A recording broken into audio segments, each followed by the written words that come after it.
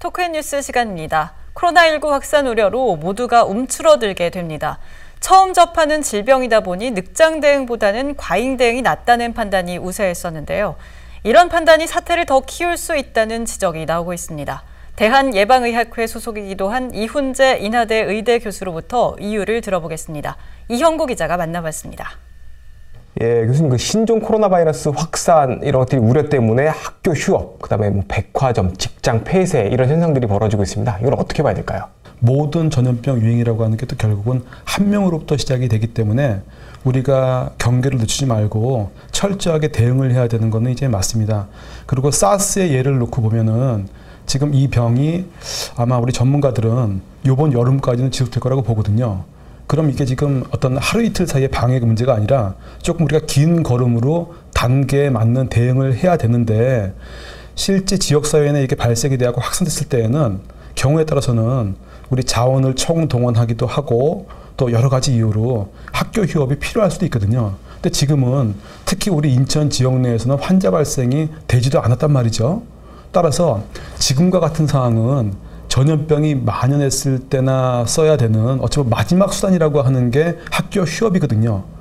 또 이 학교 휴업과 같은 조치는 시민들의 큰 불안을 조장할 수도 있고 충격을 줄 수도 있거든요. 그래서 이런 조치를 제가 생각하기에는 너무 효과를 기대할 수 없는 상태에서 너무 성급히 쓴 게 아닌가, 이런 생각이 듭니다. 네, 한번 시민들이 이제 공기 전파, 그다음에 무증상 전파 이런 것들도 우려를 하고 계십니다. 이런 것들은 또 어떻게 봐야 될까요? 이 코로나 바이러스 질환들, 사스도 그렇고 메르스도 그렇고 그다음에 이번 신종 코로나 바이러스 감염증도 그렇고 거의 지금 우리가 확인한 99% 이상의 환자들은 감염자들 환자가 이 병을 전파한 것이고 공기 전파가 아니라 비말 전파이거든요.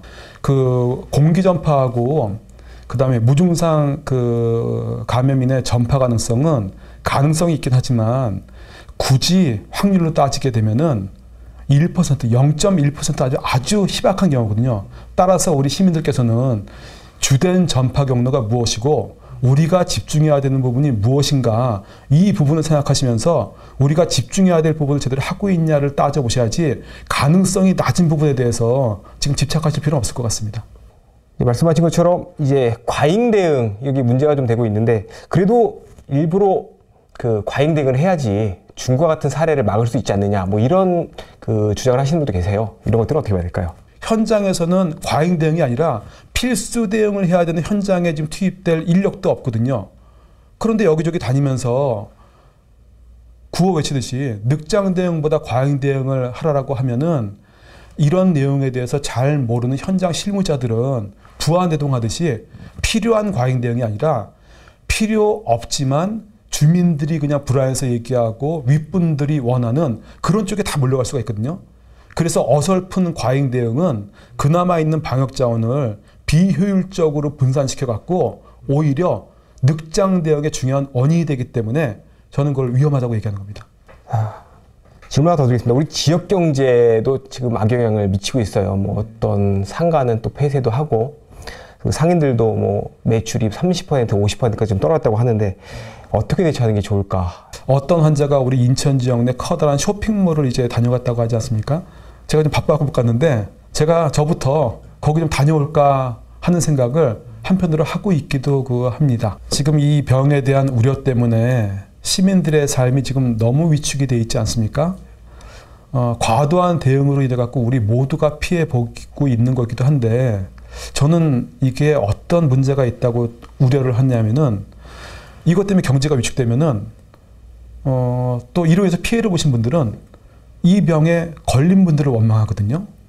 그래서 그런 분들을 질타하게 되면은 이 병에 걸렸거나 그분들의 가족이나 아니면 이 병에 걸린 사람과 본인에게 의지하고 무관하게 접촉한 분들이 질책을 받는 분위기가 될 수가 있거든요.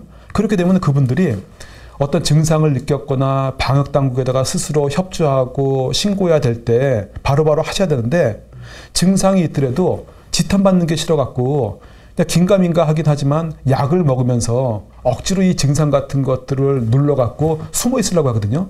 그래서 이 과도한 어떤 우려 때문에 지역 경제 위축이 되는 거는 그 자체도 안타까운 현상이기도 하지만, 그런 현상이 지속되게 되면은 이런 문제를 갖고 있는 분들에 대해서 불필요한 인권 침해나 낙인 현상으로 이어지게 되고, 그런 현상은 오히려 이 병의 유행을 확산시키는, 관련된 분들이 숨게 만드는 요인이 되기 때문에 위험하기도 해서, 우리 정부에서는 그 시민들의 불안함을 달래기 위해서 오히려 과잉 대응 같은 것들을 사실 조장하는 정책을 쓰기보다는 시민들이 당장 요구하는 거하고는 조금 간극이 있더라도 정확한 내용을 일관성 있게 전달하는 이런 노력이 길게 봤을 때 이걸 극복하기 위한 지름길이 될 수 있지 않을까, 이렇게 생각을 합니다.